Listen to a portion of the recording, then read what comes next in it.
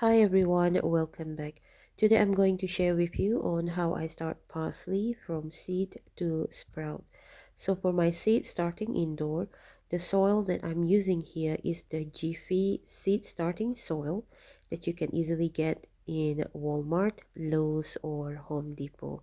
So for the purpose of this video today, I'm going to start my parsley in two ways.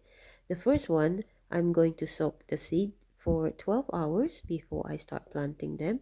And then the second one, I will just put the seed straight into the pot without soaking it overnight. So this is the variety that I use for this video today.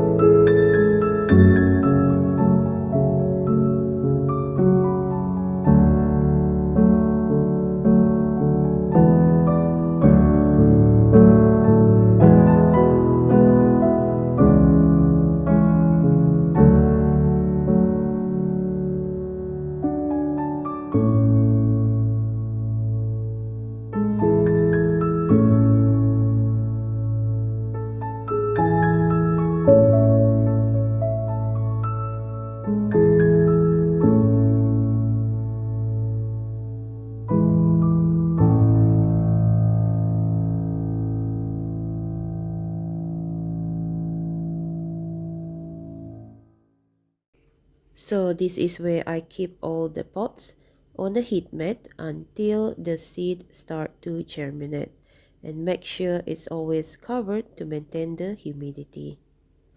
So this is the seed after we put them in the grow room for about a week now.